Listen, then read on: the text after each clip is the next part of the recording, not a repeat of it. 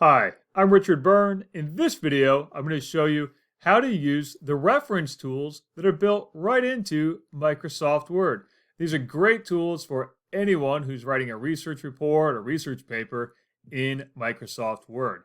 Let's go ahead and take a look at how it works. Here I am with my sample document, and in my sample document, I've written something about Microsoft's Presenter Coach. And I want to cite the source of my information here in my document. So let's go up here to the References tab, and we'll see the option to insert citation. Now, before I do that, I want to point out that you can change the style. You have APA, Chicago, MLA. We'll just leave it with our default APA here. And I want to insert my citation here at the end of this paragraph. So let's go to Insert and Add New Source. And I'm going to cite a website.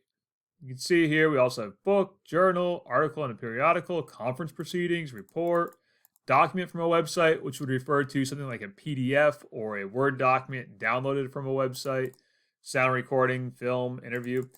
We're going to do website right now. Now, the author of the article I'm going to cite is Richard Byrne. So let's fill that in. And the name of the web page, well, in this case here, I'm just going to copy the title and paste that in. The name of the website is Practical EdTech. And now let's put in our year, 2021, our month, our day, and now the URL for that particular page. Click OK. And there it is. Now we need to create that bibliography. So to do that, let's go here to Bibliography and select the option to insert that. You can see here we also have Works Cited and References. Let's insert that. And there it is now at the bottom of my page.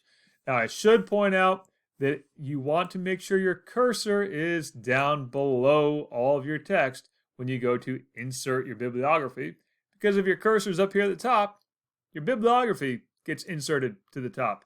Likewise, make sure your cursor is wherever you want to insert your citation before you insert that citation. Otherwise, it's going to insert wherever your cursor is elsewhere on the page.